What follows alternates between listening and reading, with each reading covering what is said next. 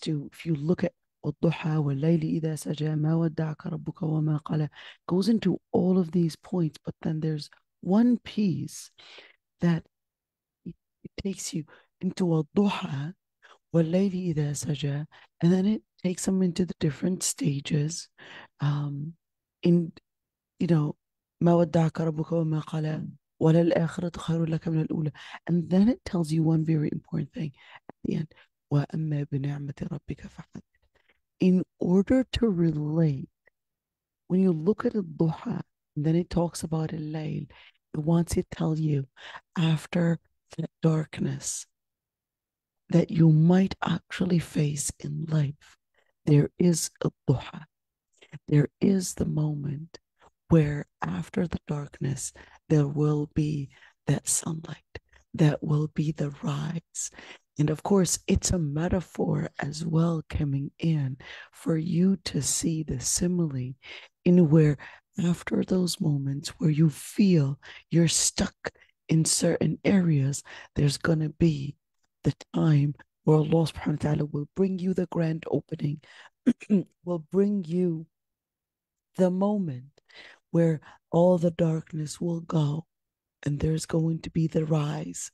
There's going to be the ease. There's going to be where you're going to see the brightness. It's never going to stay as perpetual darkness. And that's why, how do we get to it? Well, recognize those stages when different times of your life where it was, let's call it, different trips in life, different moments of sorrow in life that Allah subhanahu wa ta'ala took you out of. And in order for you to find it, to find those stages, those stations, those moments that Allah subhanahu wa ta'ala took you out of that darkness, Allah subhanahu wa ta'ala wants you to set your focus on the good things that you are blessed with. وَأَمَّا بِنِعْمَةِ رَبِّكَ فَحَدِّثْ. And this is extremely important.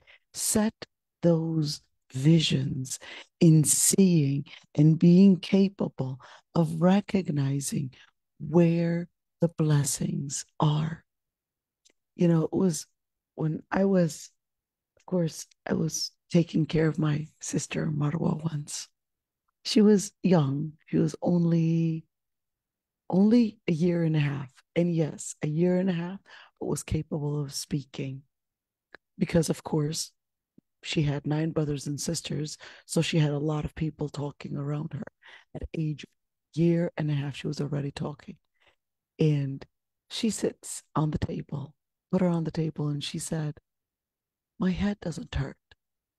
My eyes don't hurt. My ears don't hurt. My hand doesn't hurt. My legs don't hurt. But my stomach hurts because I ate too much. It was only a year and a half. She was counting all the good things that weren't hurting, and said, my stomach hurts because I ate too much. And subhanAllah, you know, I learned that wisdom. It's like, count good things and go over them as a way to recognize the blessings. وَأَمَّا بِنِعْمَةِ رَبِّكَ فَحَدِّثْ. Recognize the good things that Allah subhanahu wa ta'ala had given you in order for you to actually see the actual dawn coming in after the moment that you thought that it was the perpetual and forever darkness. All right, so we're going to get back to our tafsir, inshallah. Yeah, I know. I'm not, Nasra, I know you mentioned the good things, but yeah, I actually went into mentioning the bad things, which is that I forgot to mention this part of the ayah. So yeah, it's not your fault, it's my fault. All right. Yeah, she mentioned the good things first. All right, let's continue. She just ran out of time. That's it. Yeah, there you go. يستخفون من الناس ولا يستخفون من الله وهو معهم إذ يبيتون ما لا يرضى من القول. So we did actually talk about these ayat right there yesterday, and we went in details in regards to that the tafsir for يستخفون من الناس, and we said that the story was actually about Bani Ubayriq. And if you missed that piece of it, so just remember to go back to it, and hopefully it will be something that you will be capable of relating those ayat about Bani Ubayriq. And of course, with Bani Ubayriq, we did say the story that the Prophet ﷺ, was, of course, using, I guess, his own logic, that they didn't have any evidence to prove that the people of Bani Ubayriq were actually the ones that committed the assault, and that's what actually the Prophet ﷺ was going to judge using, which is, well, they don't have any evidence, so therefore these people should be innocent. But then the ayah was revealed that the truth of the matter is that the real stealers were Bani Ubayriq. They were the ones that were the thieves, and not whatsoever the Jewish man that they had proposed, or even another name that they had proposed. It was actually them, but they were trying to use a narrative to make themselves seem innocent and to say that they were people that were of good reputation, people that were actually pious people, and so forth. But then Allah subhanahu wa ta'ala revealed the truth about who the perpetrators really were. We left off also here, وَهُوَ مَعَهُمْ, and we went in details about huwa ma'ahum. We kind of went in details in regards to aqidah, that وَهُوَ مَعَهُمْ, that there's actually two ma'iyya, or two types of Allah subhanahu wa ta'ala being with you. There's the one that Allah subhanahu wa ta'ala basically with you, in where he is recording everything, he is encompassing everything. There's no way that you can run away from that. And there's the ma'ahum, to mean that Allah subhanahu wa ta'ala is actually with the person that is in a way of giving preservation. And of course, ما لا يرضى من القول, they were keeping and thought that they could keep what Allah subhanahu wa ta'ala they know is not the principle of Allah subhanahu wa ta'ala, so they thought that they could actually hide their action away from Allah subhanahu wa ta'ala. And we went in details. أنتم هؤلاء جادلتم عنهم في الحياة الدنيا فمن يجادل الله عنهم يوم القيامة. You had defended them in this life. Who's going to defend them in the hereafter?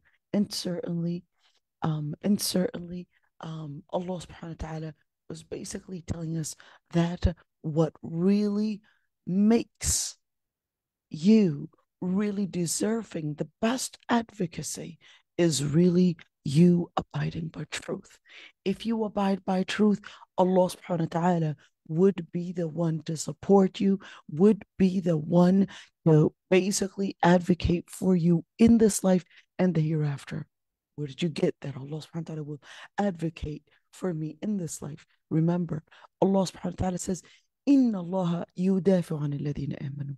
The Lord Almighty is the one that advocates, that supports the believers. So even if you might have failed a trial because you might have wanted to present the truth, but you were definitely still a victim, you were abused, etc. Remember, Allah subhanahu wa ta'ala is the one that is going to defend you. So how can I be the person that Allah subhanahu wa ta'ala will defend? Be part of alladhina amanu.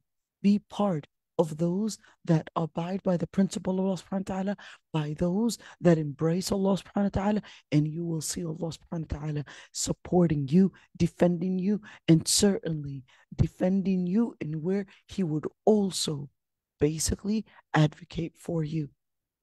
And on Judgment Day, if that person did not abide or embrace Allah subhanahu wa ta'ala's principles, there's no running away from Allah subhanahu wa ta'ala. وَمَن يَعْمَلْ سُوءًا أَوْ يَظْلِمْ نَفْسَهُ ثُمَّ يَسْتَغْفِرِ اللَّهَ يَجِدِ اللَّهَ غَفُورًا رَحِيمًا. I forgot to actually mention, إِنَّ اللَّهَ يُحِبُّ مَنْ كَانَ خَوَّانًا أَثِيمًا. A number of different details when it actually comes to love. Because yesterday we kind of went over it, but I didn't go in details, and I thought it would be good to actually speak about a number of different things relating to love. Remember our favorite website, or one of our favorite websites? Let's help you see it. Al-Aluka website. Here's that website.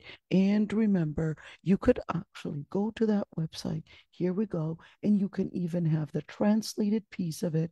All you need to do, go to these little three dots right there. You could see the three dots that I'm clicking, can't you? You can go to these three dots right there. Can you see the three dots that I'm clicking? Can you? No? You can tell me. All right. You would go to the three dots on the corner right there if you can't see them. And the three dots on the corner, you would basically scroll down and go to translate. And once you go to translate, then you would basically click English, and it would give you the English translation right there. But of course, I don't like using the English translation because it's not 100% accurate. So, of course, I'll be translating the words as I scroll down and actually help you see it. And what this is, it's a beautiful article in this website that basically gave me some certain summaries relating to love in the Quran. And of course, we know that Allah subhanahu wa ta'ala had talked about love relationship between the person, or at least love as a description for Allah subhanahu wa ta'ala, in where a number of different names and attributes are actually relating to affection, to love, to mercy, and of course to care, that Allah subhanahu wa ta'ala, part of his names, Al-Qadir, the mighty one, Al-Muqtadir, the one that is capable of actually overcoming everything, Al-Mu'ti, the giver, Al-Latif, the most subtle, the one that will take care of all your matters in a subtle way without you even knowing, in where your rizq will come to you in where you would least expect it, because he is Latif, Latifun bi'ibadihi. And of course, the Lord Almighty had even mentioned, as in the ayah that we had mentioned earlier, that the Lord Almighty is Inna Allah la yuhib. In other words, if the Lord Almighty does not like, that means the Lord Almighty loves as well. So that we would recognize in where there are two types that Allah subhanahu wa ta'ala had mentioned that would see and feel the love of Allah subhanahu wa ta'ala. There are believers that would recognize that Allah subhanahu wa ta'ala is with them, that Allah subhanahu wa ta'ala is the one planning for them, that he is the one that is directing them, even when they would make the wrong choices. So whenever they would, and of course, in the hadith with the Prophet ﷺ, that a believer, whenever, maybe I have to show you the hadith, right? So you could actually see it. And لا يزال العبد يتقرب إلي بالنوافل. Let's look at this hadith. I want you to see it. It's such a beautiful hadith. Let's see. Maybe I can give you the one with here we go. And what this hadith is basically telling us. Let's see. In where? Look at this. إن الله قال من عاد لي وليا فقد آذنته بالحرب وما تقرب إلي عبدي بشيء أحب إلي. Can you say it? Yes, you can. أحب إلي مما افترضت عليه وما يزال عبدي يتقرب إلي بالنوافل حتى أحبه فإذا أحببته كنت سمعه الذي يسمع به وبصره الذي يبصر به ويده التي يبطش بها ورجله التي يمشي بها وإن سألني لأعطينه ولئن استعاذني لأعيذنه وما ترددت عن شيء أنا فاعله ترددي عن نفس المؤمن يكره الموت وأنا أكره مساءته. Now look at this hadith. This hadith is actually in Sahih al-Bukhari. Let's see the English translation really quick. And of course, remember, you could click on it and actually get it right there. God said, whoever is hostile to a friend of mine, I have declared a war upon them.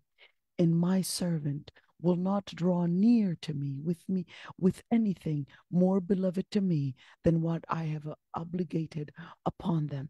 And my slave will continue, and that is my servant, will continue to draw near to me with voluntary acts until I love them. And if I would love them, I will be their hearing, which they will hear through, their sight, which they will see through, and their hand, which they strike with, and with the leg, which they walk with. And if they were to ask me, I will give them, that is, answer their call and answer their invocation. And if they seek refuge from me, I will seek refuge with him. And I do not hesitate from doing anything, as much as I hesitate to remove, of course, the soul of a believer. He hates death, and I hate basically the removal of it, if that is bringing pain to him. Now, of course, what this basically means, in where Imam al-Nawawi had explained this one, and he said what that means, that if you would basically listen and the Lord Almighty is listening, he becomes your hearing, or he becomes your seeing, or he becomes your hand. Not that the Lord Almighty becomes your hand or your ear that you're listening to, but what that means is that when you basically would get close to Allah subhanahu wa ta'ala, that will empower you to only want to hear what Allah subhanahu wa ta'ala had considered as permitted hearing. What that would mean in sight, not that Allah subhanahu wa ta'ala becomes the actual seeing of yours, but you would embrace the principles of the Lord Almighty, and you will see through the power of the Lord Almighty what he permitted for you to see. In other words, you basically become a person that is fully embracing Allah subhanahu wa ta'ala, and the Lord Almighty would basically be the one to give you the different powers, whether the power of asking, the power of speech, the power of walking, the power of doing anything all around you. That is the power of love. The power of love, in where you would feel the power of the Lord Almighty in each and every single corner. There are some that would actually think and live in a delusion, thinking that Allah subhanahu wa ta'ala is with them, in where Allah subhanahu wa ta'ala had mentioned, يَحْسَبُونَ أَنَّهُمْ يُحْسِنُونَ صُنْعًا. They would think that what they're doing is the right thing, and they would claim that Allah subhanahu wa ta'ala is with them, but they're actually living in the delusion. How do I know if Allah subhanahu wa ta'ala is loving me or not? In the Quran, Allah subhanahu wa ta'ala mentions 8 different people that Allah subhanahu wa ta'ala loves and mentions. They are the people that are muhsinun, the people that are muttaqun, the people that are sabirun, mutawakkilun, muqsitun, tawabun, mutahhirun, and mutatahhirun. Now, who are these? What does it actually mean to be any of these people? Now, when we're speaking about muhsinun, the good, well, not accurate necessarily is the one to actually translate it as the good, because al-muhsin is actually a level of faith where the Prophet ﷺ in the hadith had said, أن تعبد الله كأنك تراه. It's basically the person that they worship Allah subhanahu wa ta'ala as if they had seen, and as if they are capable of seeing Allah subhanahu wa ta'ala. What level is that? It's the level that is past the level of Iman. The level of Iman is the level where the person embraces the Lord Almighty in all their behavior, in all their actions, in where it became not only a word of practice, but a word. Well, they would embrace and find joy in embracing the principles of the Lord Almighty. They find beauty in embracing the Lord Almighty in each and every single principle, that to them it's not a burden anymore. In the level of Islam, they're finding it a burden to wear the hijab, to practice their salah, to probably read Quran. They would feel that it's still a level, it's still a practice.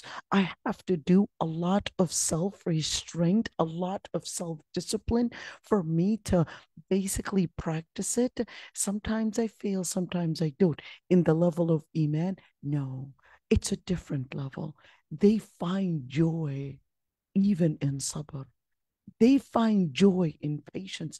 They find joy in practicing Iman. They find joy in relating to Allah subhanahu wa ta'ala. And that's why the Prophet ﷺ had actually said that you would not be a believer until you would not be a believer حتى يكون هواه تبعا لما جئت به, until their love, their pleasure is actually coming in parallel with what the Prophet ﷺ had come with. That is what is actually coming in as an obligation, or what the Prophet ﷺ had come with in terms of principle. So the 8, number 1 is al-muhsinun, are basically those that lived in type of spirituality, faith, where they would worship Allah subhanahu wa ta'ala as if they could see Allah subhanahu wa ta'ala.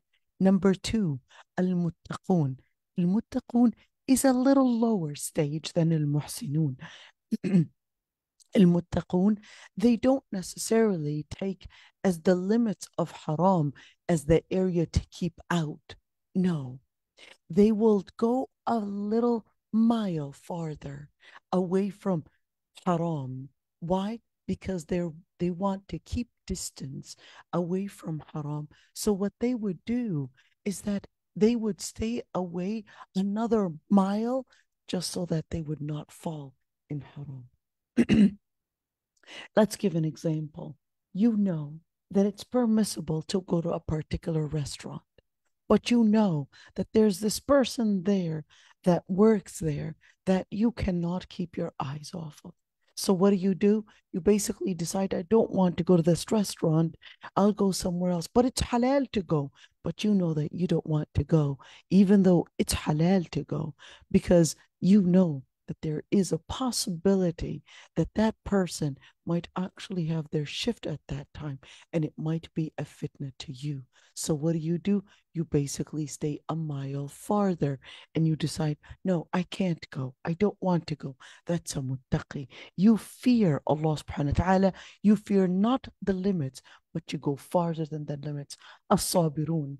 Is-sabr are basically those that are patient. What does it mean to be patient? Patient is at different levels. There's the level of patience in where you restrain yourself, you contain yourself, you find endurance, and even though it's painful, to one, when you're looking at sabr, there is a sabr to do what is obligatory. There is a sabr to leave what is haram. There is a sabr to face and endure and restrain yourself from letting your emotions determine your choices to actually living and containing yourself when you're going through hardship. You're going through hardship. Your husband is probably, asking you to do certain things, but you don't feel, of course, the whole thing about feminism is coming at you and telling you, no, why is he the one in authority? Why not you be there? And etc. But you take it in where your mind is saying, وَمَا كَانَ لِمُؤْمِنٍ وَلَا مُؤْمِنَةٍ إِذَا قَضَى اللَّهُ وَرَسُولُهُ أَمْرًا أَن يَكُونَ لَهُمُ الْخِيرَةُ مِنْ أَمْرِهِمْ. You remember this ayah in Surah Al-Ahzab. It does not befit for believing men or a believing woman when Allah subhanahu wa ta'ala decrees a matter that their choices would go beyond the choices of the Lord Almighty. Why? Because they recognize that the true principle is that Allah subhanahu wa ta'ala said, الرجال قوامون على النساء.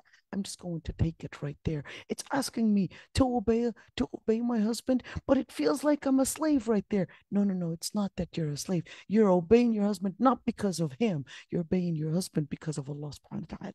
You're not here obeying him because of him. You're basically here submitting to Allah, not submitting to him.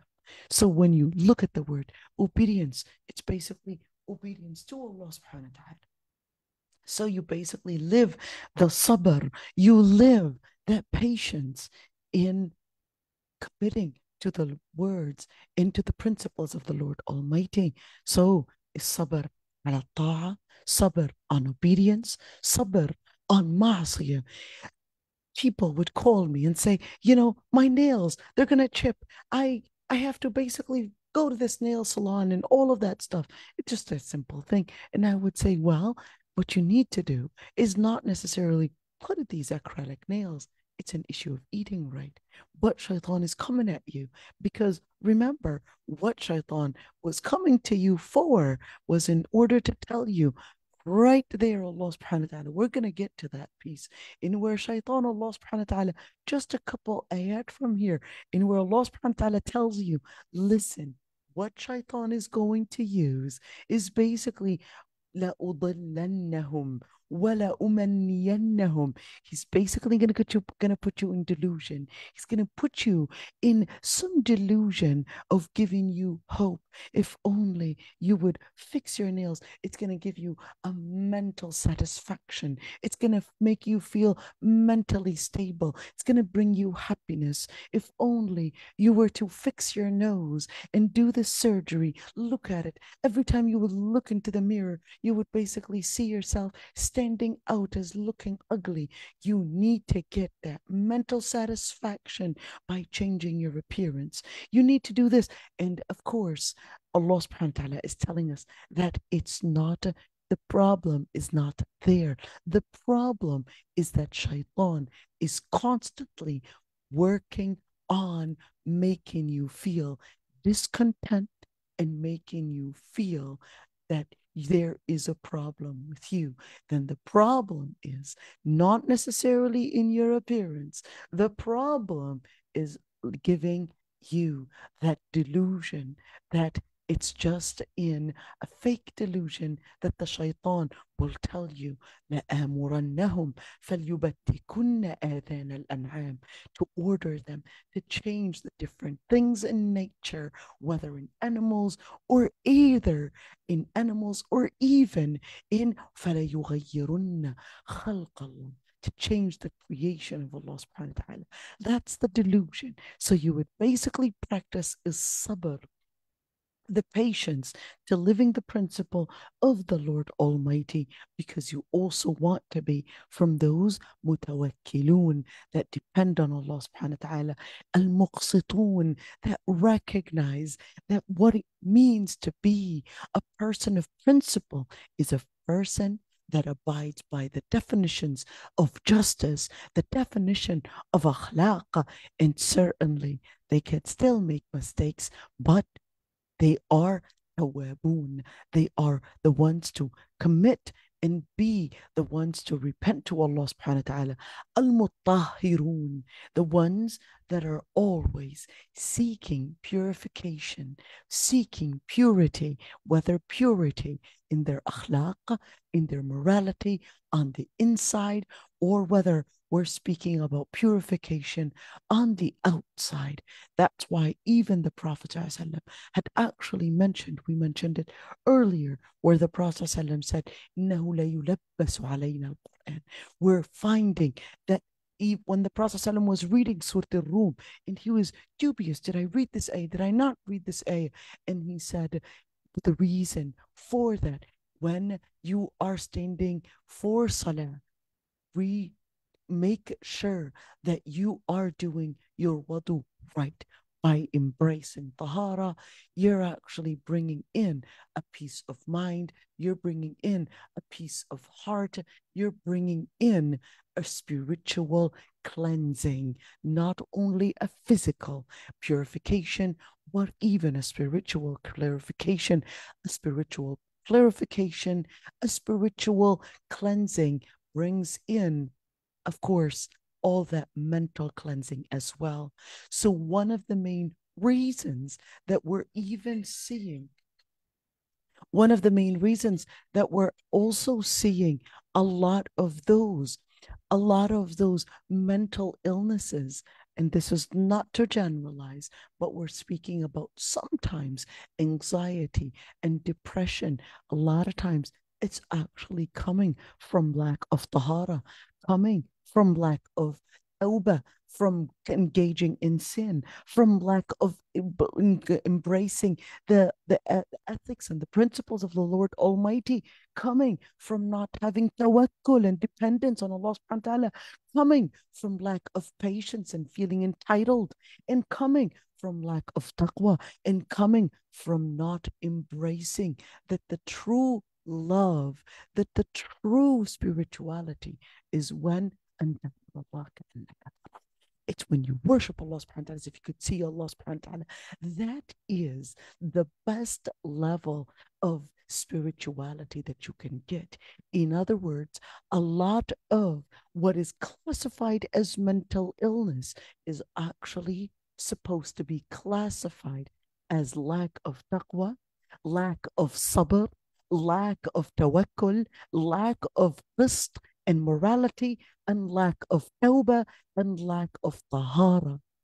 That's another classification. Why would they not classify it at that? Because that classification is really a classification that you would only know about through al-wahy. Why wouldn't they know about it? Because they actually relate to human beings as nothing but matter in motion. But Allah subhanahu wa ta'ala tells you, you're more than matter. You've got a spirit, you've got a mind, and you've got the heart. All those areas, they basically are correlated with one another, with your spirit, and what it's actually making you who you are, in order to bring about a stability in your mental health, a stability in who you are, a stability in your focus. You got to make sure that you cleanse the areas, whether it's your heart, whether it's your mind, or whether it's your behavior. Cleansing a behavior. How do you cleanse a behavior? You cleanse a behavior. Remember, Allah subhanahu wa ta'ala says, كلا بل ران على قلوبهم ما كانوا يكسبون. Allah subhanahu wa ta'ala said, verily, and absolutely not the reason why ران على قلوبهم, why their hearts were rusty, contaminated, was really as a result of what they were engaging in, what they were behaving in. That's what was bringing in the contamination. That's what was bringing in all the wrong. That's what was making them feel the anxiety, the depression, the sorrow, the sadness. All of that was making them not capable of feeling the joy, not capable of feeling the happiness, not capable of feeling any relationship with the life around them. That's what happens when we're basically not having the love of the Lord Almighty. You really want to feel love. It's part of our nature. But at the other side, what actually brings these 8 areas of love, these things could only be brought through, listen to this, بذل الوسع. بذل الوسع actually means putting in the energy, putting in the effort. There's no way that you could be a mu'min if you didn't put the effort to give up on certain things. There's no way that you could actually gain unless you let go. There's no way. Think of it when you're doing jihad, think of it as a sling. If you want to jump up, you don't just fly up like you're Superman. That's no way. In order to jump up, you gotta push, you gotta bend down, push against the gravity, collect all the momentum, and then push against your own gravity. And of course, the more you squat, the farther up you go. And that's the same thing. The more you let go of all that energy that is taking you down. What energy? حب الدنيا, the love for dunya, and the fear of death. Why do we fear death? We would fear death when we had committed a lot of sin, when we had ruined our akhirah. We would then stick to the dunya. When we had built our akhirah, yes, it's part of our human nature that we would still be afraid of death. But when the Prophet ﷺ was on his deathbed, what did he say? He was saying one thing. الرفيق الأعلى, بل الرفيق الأعلى. But I want to be with the higher friend. Who? Allah, the higher companion. Allah subhanahu wa ta'ala. Bilal ibn Rabah. When he was dying, his wife, she basically lost her control of her emotions and she started wailing. But he was telling her, no, don't wail. غدا نلقى الأحبة محمدا وصحبه. We'll just be meeting tomorrow. We'll be with Muhammad and our loved companions. Muhammad and his friends and his companions. Don't wail. I'm looking forward to meeting with my companions. May Allah subhanahu wa ta'ala make us amongst those. Now that's a believer in where they recognize when they had fixated, they had built their akhirah, they're looking forward to going to Jannah. How do I build that? Badlil wasa, putting the effort, letting go of dunya. There's no way that you can want the dunya and want the akhirah at the same time. By letting go of dunya, you're basically here embracing patience. And of course, it comes with a lot of tadhiyah, sacrifice.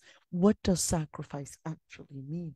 Sacrifice means it means to let go of a lot of things that you would love, a lot of things that you would endure, a lot of things that you feel and your body is telling you you will find some form of pleasure, but you let go because you want something else that you love, al-akhir.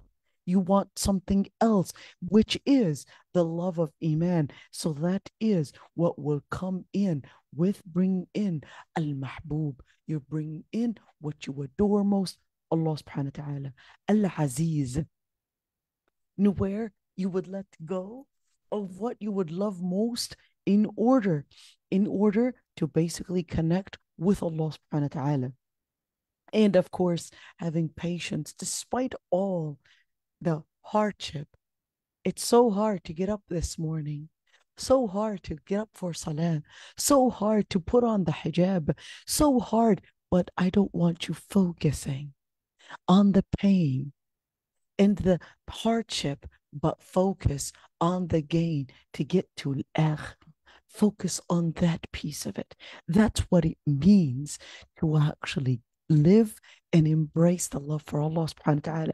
So when you're probably enduring some hardship in probably applying the principle of Allah subhanahu wa ta'ala, a believer, she would basically be wearing the hijab despite the heat, despite all of that, because to her, she will see herself as looking like an angel, as the person that Allah subhanahu wa ta'ala will look at with light, as if it's light radiating all the way from the heavens.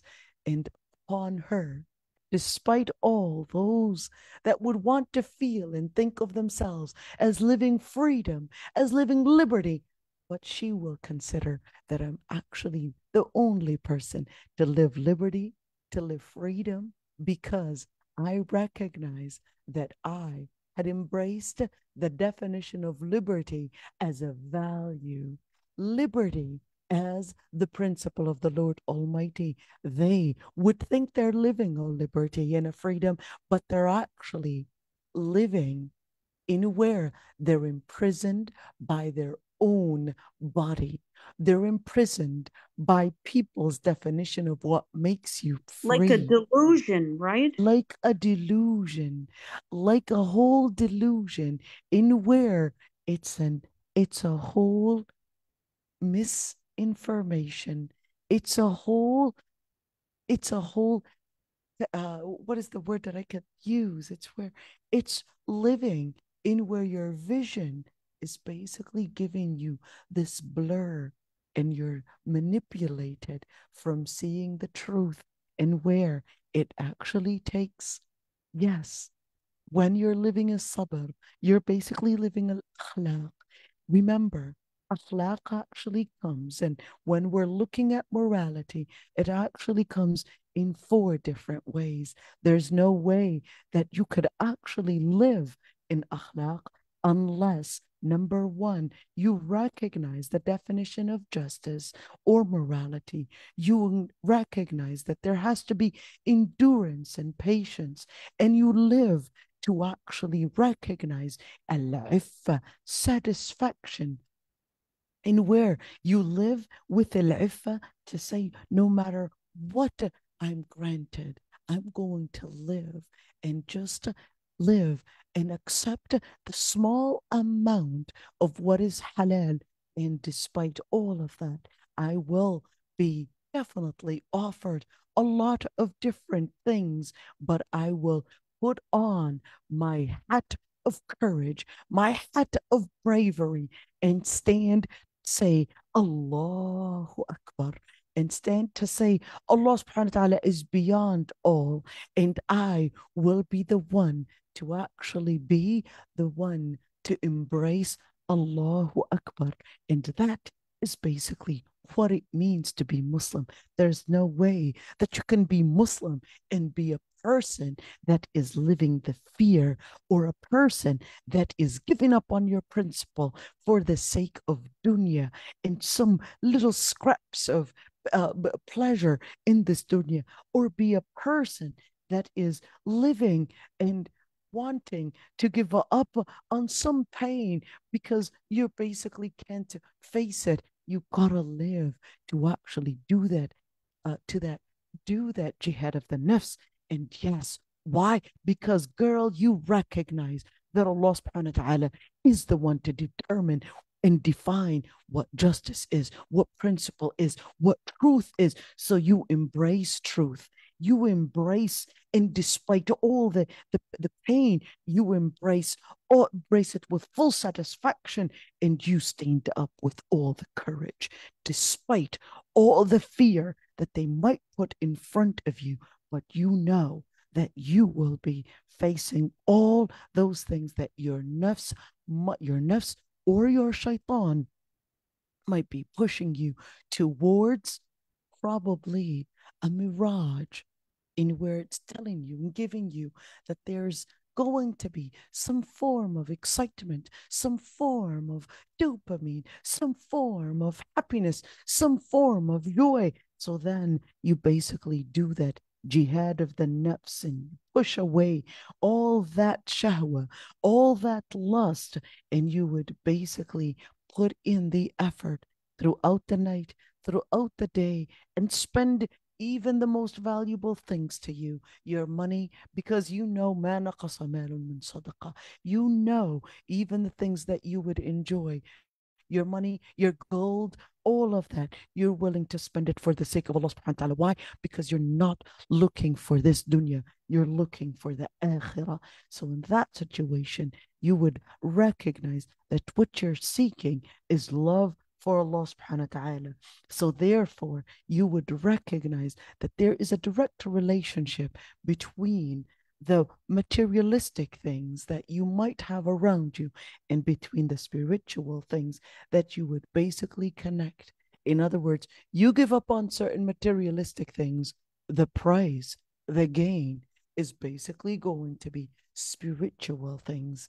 And later on, it's going to be materialistic in Jannah. So that's why when you look at all these different things, it's giving up in order to gain. It's not probably going to be a gain in a direct gain of materialistic things, but you will gain it. And of course, the main reason for all of this is basically to reach a level of al-ubudiyya. What is al-ubudiyya? Al-ubudiyya is another way of actually, yes, servitude, but it's not really just servitude. It's actually a level of not ubudiyya to mean just servitude, but a level of freedom. Freedom. How is ubudiyya? How is servitude actually another definition of freedom? Certainly. When you're a servant to Allah subhanahu wa ta'ala, you're free from your own whims controlling you. You're free from people controlling you. You're free from living in a delusion and thinking of it that it's basically freedom. You're free from any manipulation, from any delusion, and certainly with wahi, you're free from following an illusion. Why? Because because Allah subhanahu wa ta'ala told you that they're following an illusion that might be presented as science, studies say, or a narrative that probably some lobby had put forward for you. They're following an illusion called and given a different name, identification, studies. It's all nothing but speculation. وَمَا تَهْوَى الْأَنفُسِ, or being forwarded, pushed, and represented as if it was maximizing the good, maximizing the happiness, when in reality, it is nothing but a short-term happiness. And later, it's going to be a long term of anxiety, long term of sorrow, long term of harvesting nothing but regret in this life. This is basically coming from a short-sighted, a myopic vision, myopic perspective, only looking at this world as if it is, I need to get the fast and soon, of course, pleasure, and not recognizing the long-term effect that it will have. That's why Allah subhanahu wa ta'ala tells us, إِنَّ هَؤُلَاءِ يُحِبُّونَ الْعَاجِلَةِ. Those people, they would love rushing the bounties or rushing the pleasures, and they don't recognize that they're actually leaving behind. إِنَّ هَؤُلَاءِ يُحِبُّونَ الْعَاجِلَةِ وَيَذَرُونَ وَرَاءَهُمْ يَوْمًا ثَقِيلًا. They would leave behind a day that is loaded with a lot of burdens, a lot of heavy things, a lot of different stations on Judgment Day. So that's why Allah subhanahu wa ta'ala was giving us to tell us, in order to correct your perspective, correct the way that you would recognize that the true freedom is really only coming through the servitude and embracing the principle of the Lord Almighty, because that is the way to reach the love for the Lord Almighty. And that's what the Quran had actually taken us into, in where it's telling us you need to spend for the sake of Allah subhanahu wa ta'ala, give up for the sake of Allah subhanahu wa ta'ala. 2, have taqwa. 3, تضمِ الغيظ, take and restrain a lot of anger and give in when you're capable of giving afu, giving and dismissing when others have wronged you. You basically accept and you embrace forbearance, and that is what makes al-ihsan as well. When you are willing to give up on a lot of materialistic gains because you want to embrace the love for Allah subhanahu wa ta'ala, because you want to reach that akhirah. And that's why Allah subhanahu wa ta'ala was also telling us. On the other hand, there are 8 people that Allah subhanahu wa ta'ala does not like, does not love. 8 people that he loves and 8 people he doesn't love. And then they tell you the Quran is written by Muhammad sallallahu alaihi wasallam. Look at the i'jaz right there. In the Quran, he didn't just tell you 8 people that he loves, but he also gave you 8 people that he loves. And he's mentioned number 1 in a plural form. Number 1, المعتدون الظالمون المفسدون المسرفون المستكبرون الخائنون الكافرون and الفرحون. Who are those? المعتدون, those that transgress their limits, those that would basically cause aggression, transgression, and certainly would cause harm by trespassing the boundaries that Allah subhanahu wa ta'ala had basically considered as what it means to embrace justice. Once you transgress that limit, then you had actually become a zalim, an oppressor, a person that is consistently transgressing people's limits, or at least 2 kinds of limits. There's the limit that Allah subhanahu wa ta'ala had set. That is the limit that Allah subhanahu wa ta'ala had regarded in relationship to Allah subhanahu wa ta'ala. That's why he had regarded as associating partners with Allah subhanahu wa ta'ala as a form of dhulm, as a form of oppression. Why? Because it's transgressing, it's denying the gratitude that Allah subhanahu wa ta'ala had given you, and giving it and attributing it to someone else, to something else, to whatever it is that is, or even denying that it is at all coming from Allah subhanahu wa ta'ala, and thinking of it that it's only coming from you because you put the effort for it. That is a form of dhulm. That's a denial of a gratitude that someone else had given you, or that Allah subhanahu wa ta'ala had given you. And dhulm could also be in a second category, oppressing people. What does it mean to oppress people? Well, Allah subhanahu wa ta'ala laid out the foundation of what it means for you to have your rights and also other people's rights. The second you transgress that limit, you would become a zalim. You would become an oppressor. And those are the people that had consistently committed fasad. What is fasad? Il-fasad certainly is literally means to be rotten. But here, il-fasad is basically to go against the nature that Allah subhanahu wa ta'ala had created. Il-fasad is basically to cause destruction in the world. And most destruction actually comes through wealth and wasted energy. When you look at al-israf is usually thought of as wasting money.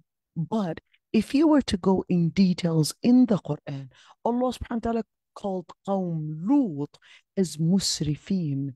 Why? Because al-israf is not narrowed down to only wasting money, but any form of energy, whether that is wasting your energy in probably in effort that you put in something, or whether that is wasted energy to mean money, or whether that is wasted energy in time, or whether that is wasted energy in even putting in some form of investment. Like wasting food? Wasting food, any property, any energy, any, even if it's clothing, you're putting in, constantly buying things and constantly filling up your pantry. Why are you filling it up? Why that much? Why that amount? All of that is basically a form of israf. Learning how to limit your energy, limit and know how to put in the amount of time and time management, limit the amount of energy spent in what you actually even spend your physical energy. That's why I called Qawm Lut as musrifin, because it was putting a physical energy in the wrong place. Al-mustakbirun are basically the arrogant ones, those that had given themselves an exaggerated attribute in where to them belongs all the basically praise. They had basically considered themselves as the ones to deserve the real praise for any change. They would basically regard themselves as the ones to bring about their successes, bring about their finances, bring about their intelligence, and they would live al-kibr. They would live that arrogance where they would think of themselves as deserving what they have because of who they are. They would become arrogant to not even see their shortcomings. They would become so arrogant to not recognize other people's efforts, not recognize other people's beautiful investments, and they would only recognize themselves only. That's some mustakbir. In where? How do I fix this? Do I even have it? If you would think of yourself as the one that basically brought in your intelligence, you're just deserving all the different entitlement, all of it, because somehow you invested and you just knew the keys to the right thing. That's arrogance. That's arrogance, because a real Muslim would recognize that it is by the tawfiq, by the will, by the basically the pavement of Allah subhanahu wa ta'ala. If it wasn't but by Allah subhanahu wa ta'ala, you would not have reached such successes. You would not have actually reached in being who you are right now. How do I learn that?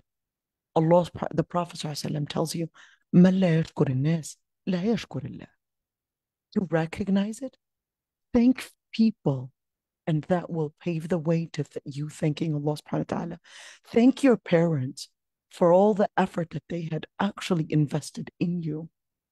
Thank those that were there to help you probably do what you're doing. Start a class, make a website, make all that material available for people. Thank these people. Jazakallah khairan Noura for being there, the person to help me go forward. Thank you. Why not Jazakallah eat? khairan Zamzam. Oh my God. You stop And it. Jazakallah khairan Zamzam. I have to thank people. Jazakumullah khairan, all of you. I would not have been capable of doing any of this if you weren't the person to actually help me be able to do all of this. We would, if we were to only think of It ourselves. all goes back to Allah subhanahu wa ta'ala, because Allah subhanahu wa ta'ala, he gave us, he gave Zamzam the strength to persevere and to go on, and subhanallah, it's all Allah subhanahu wa ta'ala. Alhamdulillah. Well, that's from that humble Noura, in where, yes, it's all from Allah subhanahu wa ta'ala, but then also Noura didn't want to, I guess, admit that there was a lot of time, a lot of effort, a lot of waking up, and even I must also thank her husband for also being patient with her, because it takes a lot of patience, also from having your companion, your husband, because you're going to have your shortcomings in your kitchen, going to have your shortcomings in your laundry, your household, your children, etc. You're going to have a lot of shortcomings. So for a good husband to be patient, no, wallahi al-azim, Noura, I know what it means, because many times I am actually short on Let's just say I don't have tons and tons of visitors. Alhamdulillah. Alhamdulillah. Jazahumullah khairan. And same thing with Zamzam's husband as well, to actually also, also be the person to be patient despite all the busyness that she's in. And the other part is that al-kha'inun, the Lord Almighty does not like those that are betraying others. Why? Who would actually betray? basically the narcissist person, the person that basically lived the arrogance and then thinks of themselves as the victims. And then they would present themselves and give themselves the entitlement to basically transgress and betray others. And those are basically al-kafirun. Al-kafir means two things. Il-kafir can mean the person that denies the gratitude and can also mean the disbeliever. Why is the disbeliever called a kafir? The disbeliever is called a kafir because they deny that Allah subhanahu wa ta'ala had given them any gratitude. They deny Allah subhanahu wa ta'ala, so they became kafir. And any person that denies the gratitude of anybody is kafir. So those are 8 different people in where Allah subhanahu wa ta'ala had mentioned Khawan, Kafur, Kafar, Athim, Mukhtal, Fakhur, Khawan, Athim. And those actually came in the Quran to say who Allah subhanahu wa ta'ala does not like. He does not like those that are those that betray, those that are denying the gratitude of Allah subhanahu wa ta'ala or the gratitude of people, or those that are basically always living in kufr, because kufr is not just an ideology, but it's also an action, a theme that's going to lead them from an ideology to committing certain sins. Mukhtal, fakhur, that are living in arrogance, that are living in some form of thinking of themselves, the way they walk, the way they talk, the way they would dress. It's all trying because they lack confidence in themselves. They try whatever power that they can present to you in order to convince you that they have the money, that they have the authority, that they have the power. So why? Because they lack the confidence. So they wish to walk in such pride in order to somehow make you believe, because they lack it. They want you to basically believe and lose your confidence and feel that they have it all. Why? Because they lack confidence in Allah subhanahu wa ta'ala. They want to somehow put in your heart and instill in your heart the fear and thinking of a delusion that they have the power, they have it all. So they would walk with that pride. They would blow themselves up, not literally, but blow themselves up in pride. They will exaggerate their intelligence. They will exaggerate their successes. They will always present how smart they are, how successful they are, how just good they basically are, in order to tell you, I am basically the person to take as an example. So therefore, fear only me. Recognize only me. I is always the word that they would use. They always want to present themselves as the center of everything. Those are the arrogant ones that would basically contain, what is it? That would basically contain arrogance and contain all what is right now called a narcissist. They would use the word narcissist, but it would be important to use the words that Allah subhanahu wa ta'ala had actually used. Mustakbir. The word mustakbir actually means to seek bigness, to seek big. This is not talking about the American style of wanting everything to be a Mac.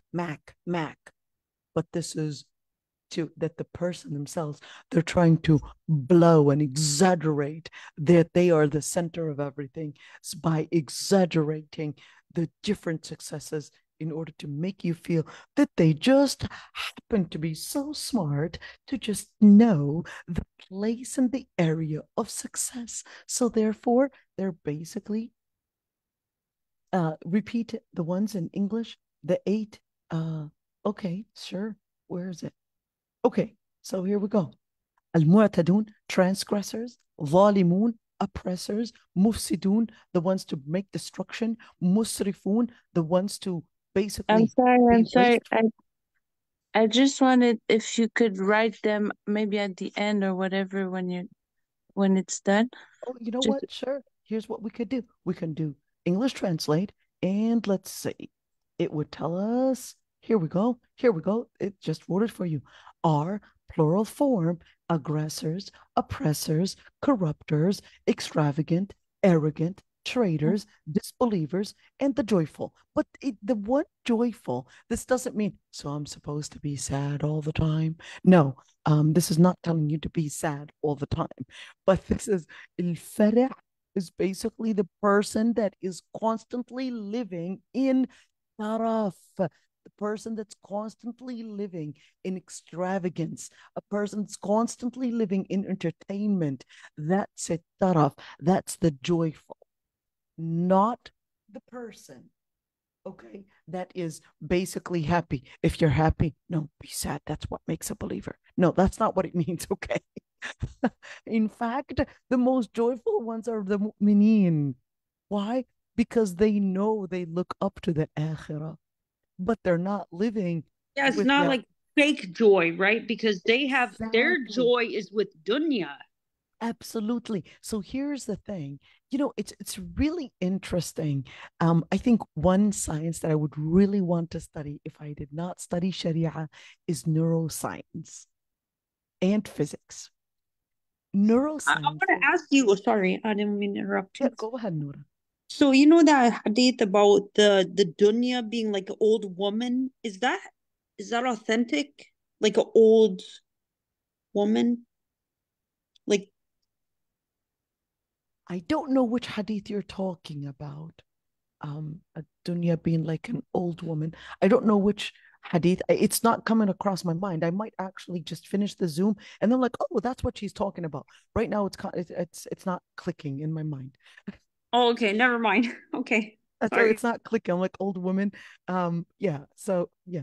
Anyhow, the joyful here, there's one thing is that in neuroscience, they'll basically do all these studies and basically what is happening in a person's mind and what types of joy is of course is bringing in this general statement of joy, but there's the of course the dopamine, and there's these four different things that basically would produce in your brain to make you feel joyful. And it's really interesting in how these things would basically bring in the happiness. But one very, very interesting study was actually done. I think his name was Andrew Newberg. Andrew Newberg. He's a neuroscientist, and if you go to YouTube, put Andrew Newberg and put God, okay, and it will give you some of those lectures that he had done. What some of those studies that he had done, what happens to the people that engage in spirituality or engage in ritual, basically ritual prayer, all of that, and what did they actually find in the brain and how that relates to a certain type of happiness, a certain type of successes in where it will have the impact on the brain. Look it up. It's quite interesting, really. So now that you saw the English part of it. All right. So in the Quran, of course, certain things that Allah subhanahu wa ta'ala had mentioned that he does not like in terms of morality. Number one, al-jahr bisu, announcing evil and speaking about evil, of course, and al-fasad, and corruption. When we talk about corruption, that basically means what brings in Immorality and what brings in corruption is really two of these akhlaq. Speaking about it, one thing that brought in, I would say, the increase in killing, the increase in wrong behaviors, the increase in rape, in stealing, in all these different things is really Hollywood and speaking about it. So not always is it good to necessarily speak of, even in the media, even if it's in the news, that this person, he killed this person, and then they chopped him up and they did all of that. It's something. If you are constantly bringing it up, you will become numb to it. You will become so numb in where it becomes normalized. And that's the same thing. In where if somebody is constantly exposed to watching movies of crime, movies of maybe rape and romance and all of that, you would become so numb to it that it would basically start being normalized in your mind, and it would bring in al-fasad, it would bring in corruption, it would bring in the change in the akhlaq of the individuals and even the societies. That's why Allah subhanahu wa ta'ala says, لا يحب الله الجهر بالسوء من القول إلا. That Allah subhanahu wa ta'ala does not like announcing evil in words unless the person is abused. What does that mean? So لا يحب الله الجهر بالسوء من القول. And in other words, don't spread it. If you know that there's some, Umar ibn al-Khattab said, اقضوا على الشر بعدم ذكره. Eliminate evil by reducing talking about it. Because if you're going to talk about the bad things, we have become so used to that, oh, rape, killing, incest, this, yes, this happens, all of these. Even if it's on the khutab al-Jumu'ah, reduce it and bring about a good representation. Stories of Salihin, stories of people that donated, stories of people that were successful in their ibadah, were successful in their ritual, were successful in being good people, were successful in raising good children, bring about stories of success. And that is what will invite people to replicate their successes, replicate their footsteps, rather than stories of evil, and let others replicate their steps. If you were, there are studies that were actually mentioning that a lot of the different crimes that were done were really mimicking exactly what a certain movie had said or a certain movie had displayed. The way of killing, the way of stealing, the way of whatever it is, robbing, whatever it is, all of that was really learning from movies. Hollywood is basically the institution, the school that raised many of those that are right now really in prisons.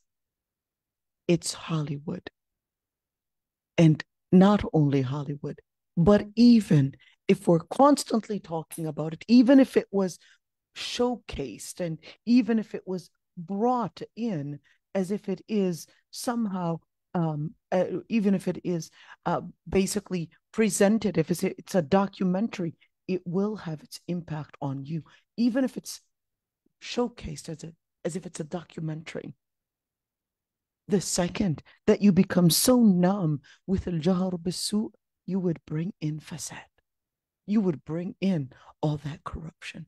So prevent your children from, even if we're talking about, it's just a game. It's just that I'm killing whatever, shooting in, what is that, those, I don't know, video games. It's just shooting and all of that. You're just you're just making it in your brain that it's okay to shoot. But I know it's a game. It's not real. Come on, don't exaggerate. You might think of it as not exaggerating, but even studies in neuroscience and psychology are telling us that what happens. It's so interesting. A study in neuroscience, like I said, if I did not study Sharia, I would definitely study neuroscience. It's so interesting. They would study the pupils and study the different hormones, okay, and study what actually happens to us. So when you think of, let's say, something cold, your body would basically, your brain is thinking of cold and wants to get warm. It's exactly like if you were thinking of fear, you would basically feel fear, and your body produces if there's actually fear right there. If you're thinking of food, your body starts getting hungry. If you're thinking of light, your body, your pupils dilate. And that's the same thing as if you're actually living it. And that's the same thing. When you keep saying it, it will basically be what your brain is living in. That's why Allah subhanahu wa ta'ala was telling us the stories of the Salihin and mentioning those stories. And of course, telling us, لا يحب الله الجهر بالسوء من القول. Don't say the evil things. Why? Because it's going to lead to destruction. What if I'm abused? If you're abused, then in that situation, you're going to tell us in order for us to help you. That's a different story. إلا من ظلم, that's a different story. You're seeking help, you're seeking support. That's a different story. What we're talking about. Yeah, like if you get forwarded like a bad text message about somebody in the community or something like that, and people Absolutely. they just a lot of people just forward that stuff and not even knowing where it came from or anything. Absolutely. Now, and you would get a big sin because that's a big haram. Absolutely. What you're doing is really spreading evil. You're spreading mistrust in people. If you're constantly, the masajid are doing this, the people are doing this, the shaykhat are doing this, the shuyukh are doing this.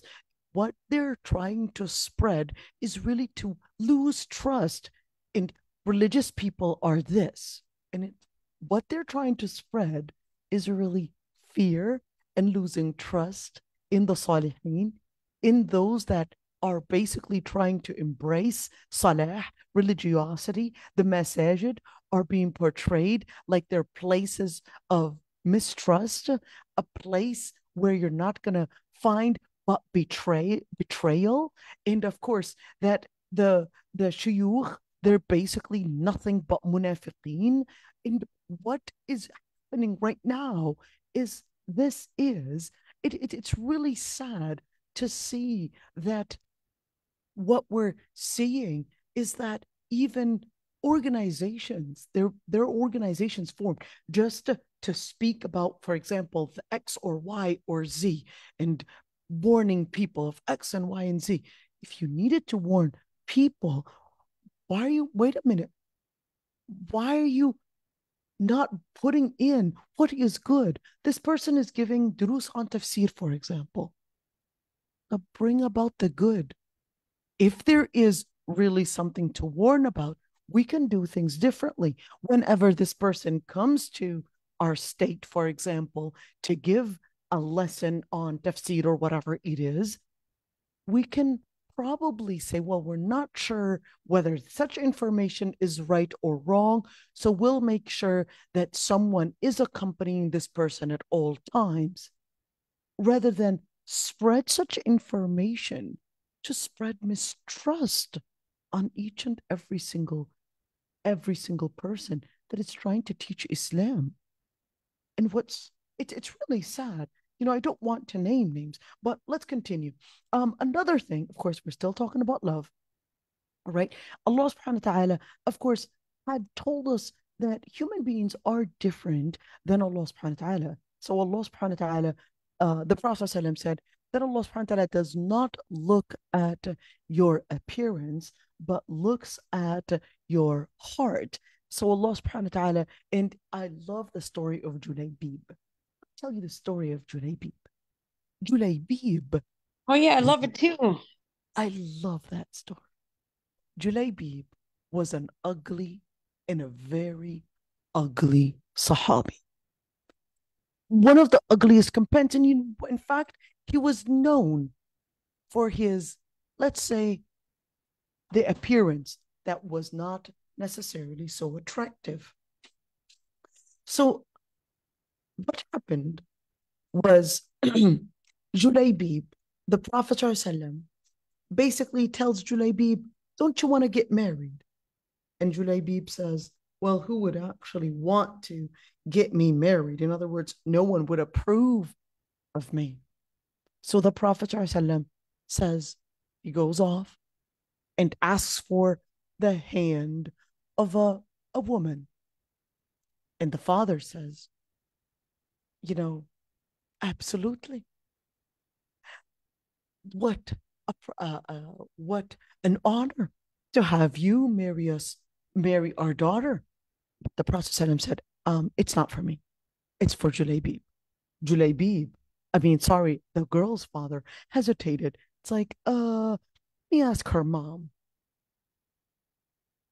Goes to the mom and says, the Prophet ﷺ is asking for the hand of her daughter. And she said, oh, absolutely. What an honor. Would be a delight and a great honor. He said, no, it's actually for Julaybib, not for him. So that's when she basically said, a word. It's basically to show disgust. The daughter overhears the conversation and she says, the Prophet ﷺ would endorse Julaybib for a reason. Get me married to him. So she basically, in that case, she basically tells her family that I want to get married to him. Because just by that endorsement, that's enough for me to know that he's a good man.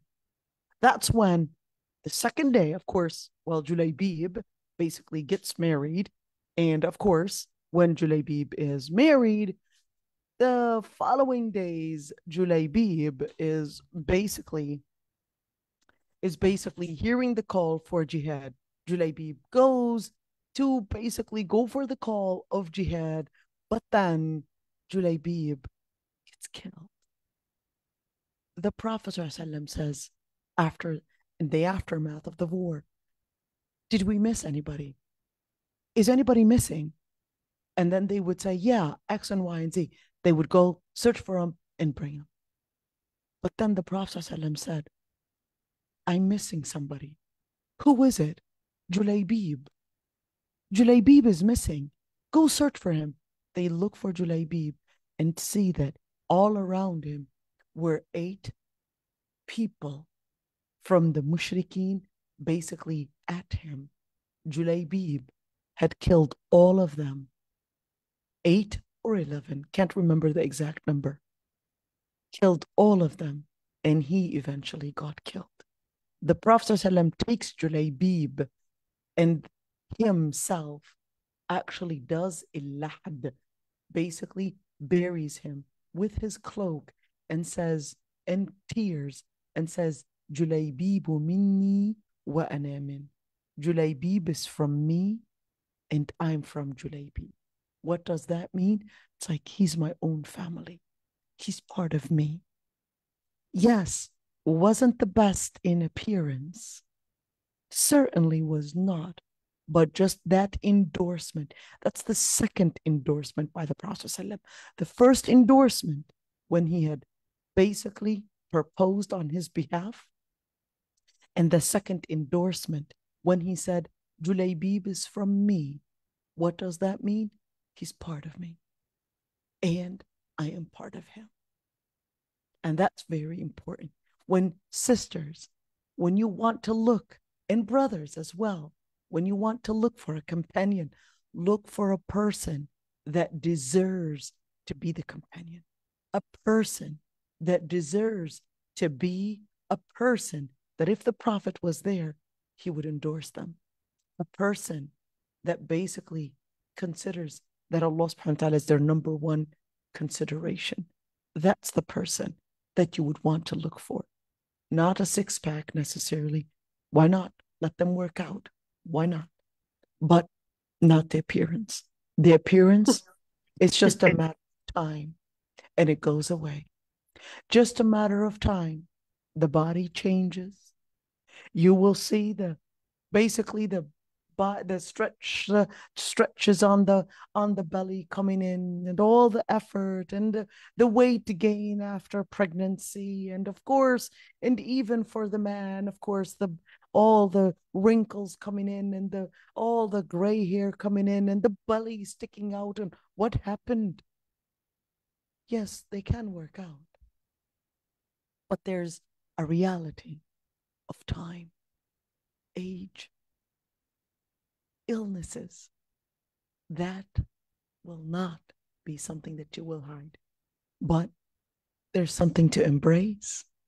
So if you see the stretches on the stomach, all of that, recognize that it was an effort that her body committed to having your baby. And for the sister, when you see basically the age, recognize that you're both growing together and you had both aged together, that it's a reflection of experience.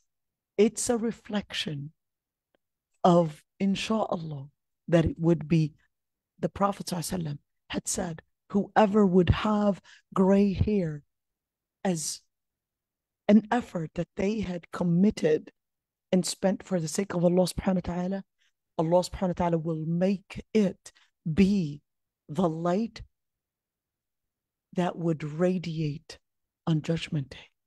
Ya Rab, may Allah subhanahu wa ta'ala make our gray hair as the light that would radiate on Judgment Day. Allahumma ameen. Now, humans and the love, the Quran did actually mention certain love that humans would also embrace, whether it's the love of our own people, our own likes, basically, our own tribe, our own nation, our own people that we have a lot of, we share a lot of commonalities, maybe language, maybe food, maybe culture, maybe certain things. And it's part of our nature that basically we flock with the people that are like us. We basically would be with the people that we can find more commonalities. It's not necessarily a bad thing, but it depends on how you see it. It's part of our nature that we find, of course, we would find more comfort when we have people that speak our language or basically understand our culture. And I don't have to go in lots and lots of details. When I would talk to that person, they'll understand my jokes. They'll understand my sense of humor. They'll understand my silliness. They'll understand and put it within the context. Of course, it's normal to actually find that, but there's also Hubb al-Ansar. The Quran had actually talked about the love for the immigrants. What love for the immigrants? We're not talking about immigrants that migrated to the US or migrated to Malaysia. Now I'm considered an immigrant here in Malaysia, I guess. They would call me, what do they call me? I forgot what they call me, but now I guess I'm an alien here. But anyhow, but the immigrants are basically those that migrated from Mecca to Medina and embraced by al-Ansar, by the residents of Medina. And the Quran spoke about the love that a father or a parent might have for their child, and the love that the Prophet Prophet Yaqub, had for his son Yusuf alayhi salam, and the love that a man has for a woman or a woman has for a man. So the Quran did display different kinds of love, or even the love that the wife of Al-Aziz had for Prophet Yusuf alayhi salam, or the love that okay, so but the love for the man that might have for probably what is that?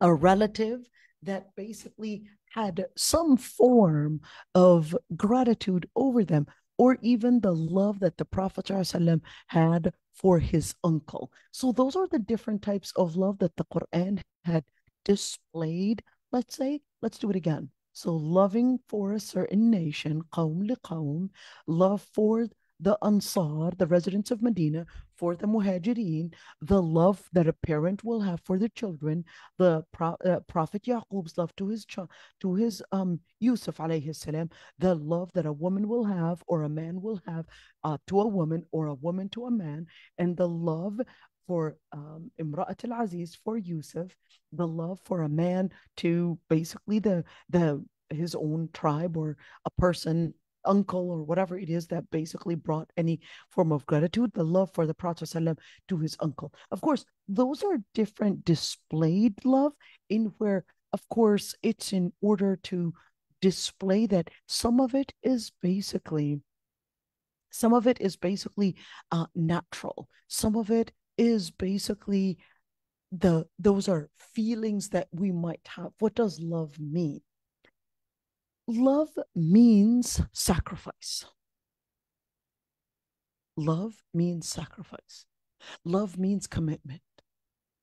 Love means that you're prioritizing that person over yourself. Love means that when they're not there, you would long for them. When they are there, you would be willing to be committed to them. That's what true love means. Now, one thing you might say, well, where is the love? And why didn't Allah subhanahu wa ta'ala mention the love husband to a wife? Because Allah subhanahu wa ta'ala had actually mentioned وَمِنْ آيَةٍ خَلَقَ لَكُم مِّنْ أَنفُسِكُمْ أَزْوَاجًا وَجَعَلَ بَيْنَكُمْ مَوَدَّةً وَرَحْمَةً. Didn't mention love. Why not? Why not? Every single marriage is based on love. Not every single marriage is based on love. But a true marriage would basically have some commitment. And that is what brings in love. It's al-mawadda and al-rahmah that brings in love. What is al-mawadda? Al-mawadda is affection. Al-rahmah is mercy. You fear for that person. You have mercy. You are committed. In other words, true love is not the love that is displayed during engagement. That's lust.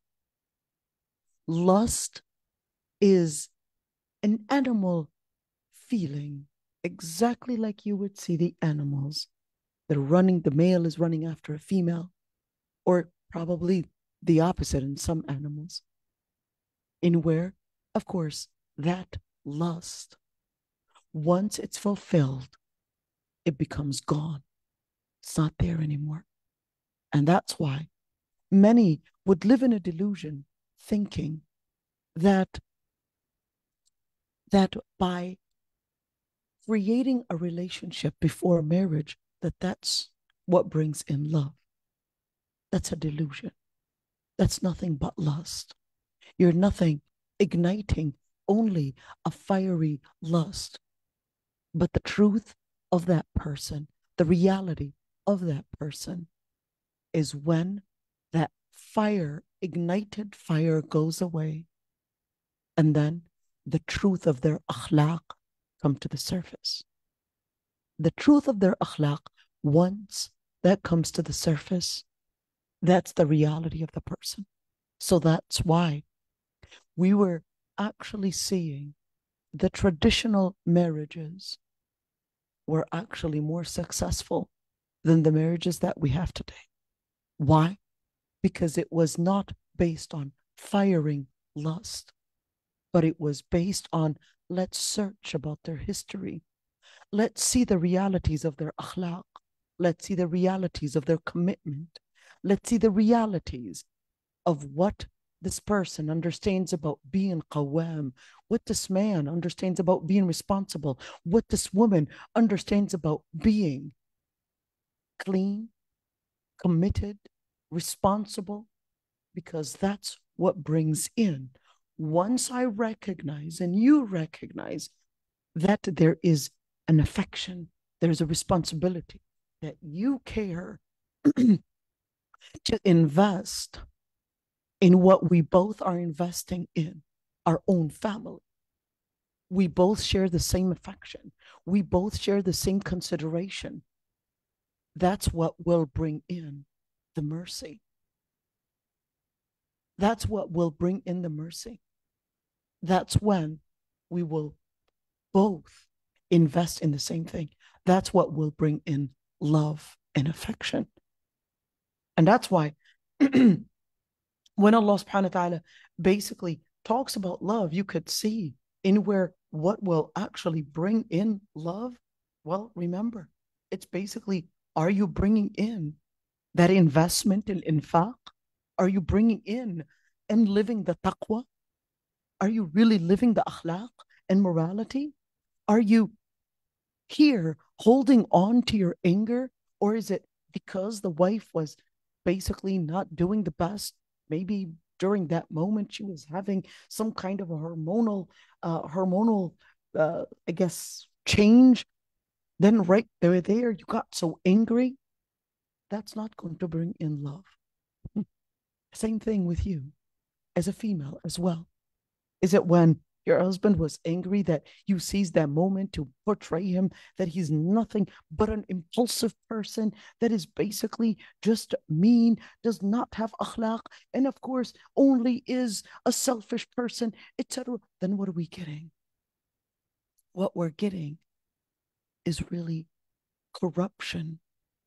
What brings in love, just even not only the love for Allah subhanahu wa ta'ala, but even the love of the people around you.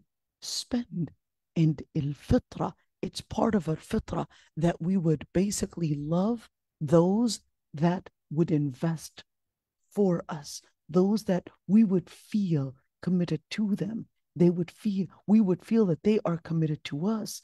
And that way, that's how we would basically recognize that they're willing to invest, that they're limited in taking their boundaries in consideration, that they wouldn't be impulsive and they're patient when we would make mistakes. That's little by little would actually bring in love and bring in the recognition that this person is basically committed. There's really a lot more to say. But maybe I could talk just a little bit about romance, and where the Prophet ﷺ actually said, ما تركت بعدي فتنة أضر على الرجال من النساء.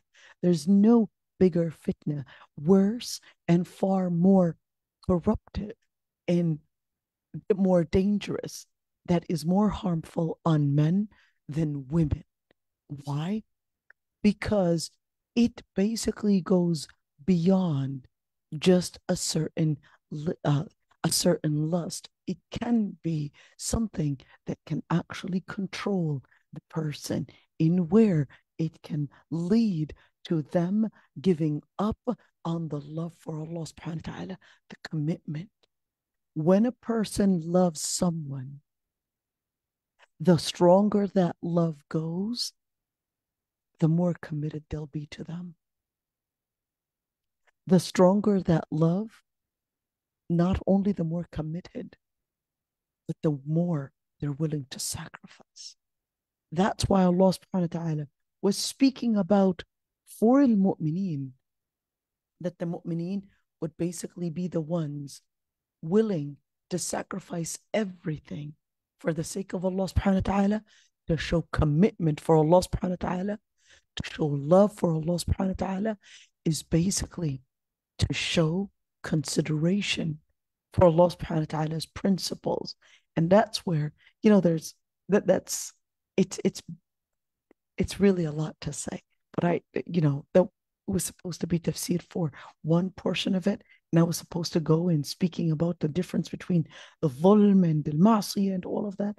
But I guess we went into love. May Allah subhanahu wa ta'ala make us amongst those that would love one another, المتحابين في الله subhanahu wa ta'ala. Make us from those that would love one another for the sake of Allah subhanahu wa ta'ala, and make us from those that embrace iman, purification, forgiveness and repentance and victory. And that, of course, is basically what would bring us, Allah subhanahu wa ta'ala, to be deserving Allah subhanahu wa ta'ala's love. All right. We'll stop right here. Answer the questions, inshallah. I know there were a number of different questions, but I think I was just living in love that I forgot myself. I have a question. So I was watching a lecture, and they were talking about when there's a calamity in like the last rak'ah of each salah, you can like make the dua qunut. Right. So is that applicable to like what's going on in Palestine and stuff? Oh, absolutely. You can do that. You can do that in whether it's a calamity, a personal calamity, or even in dua for a calamity, a general calamity in the ummah. The Prophet ﷺ made that dua when of course the 40 Sahaba were killed in Bi'r Ma'una. So Bi'r Ma'una, maybe I could share the story just a little bit. So Bi'r Ma'una, a tribe basically comes in and tells the Prophet ﷺ, hey, we had a lot of people that became Muslim, and we need you to send us basically pioneers, people that are there to basically come and teach people their Islam. But the Prophet ﷺ, oh, those were the Hufaz, right? Those were who? The Hufaz, exactly. Oh, so what the Prophet ﷺ kept on saying is that I worry something might happen to them, etc. But and in fact, they basically promised the Prophet ﷺ that they would be safe, nothing would happen to them. And the Prophet ﷺ sends 40 Sahaba. Then when they come out, 200 soldiers, or basically 200 men, basically surround them and kill them. So they killed all of them, but one of them, basically, they thought that they had killed, but he was still alive. So that's when the Sahaba one Sahabi would come, and then he tells them the story and the truth of what happened. That's when the Prophet ﷺ was making that dua al-qunut on them for 40 days on those that committed Bi'r Ma'un. So there's really a lot more to say. But one thing I would like to say is that true love is really the love that you would love a person for the sake of Allah subhanahu wa ta'ala, in where you would love the person for the principles of Allah subhanahu wa ta'ala, for the commitment on Allah subhanahu wa ta'ala, for the true love that they would have for Allah subhanahu wa ta'ala. That's true love for Allah subhanahu wa ta'ala. That's what it means to actually love for a believer. لا يحبه إلا الله. They would only love them for the sake of Allah subhanahu wa ta'ala. That's what it means to actually love for the sake of Allah subhanahu wa ta'ala. And remember, at the end of the day, is that true love is love where it is having the center, that Allah subhanahu wa ta'ala is the center, and not people, and not interest, and not benefit, because all of that would wear off with time. All of that would wear off once the interest is gone. True love is when you know that that person is living the principle, holding on to Allah subhanahu wa ta'ala, and you would recognize that they're actually people of commitment, people of deen, people of taqwa, people of sabr, people of ihsan. Let me look at the questions. I know there were some things in the chat.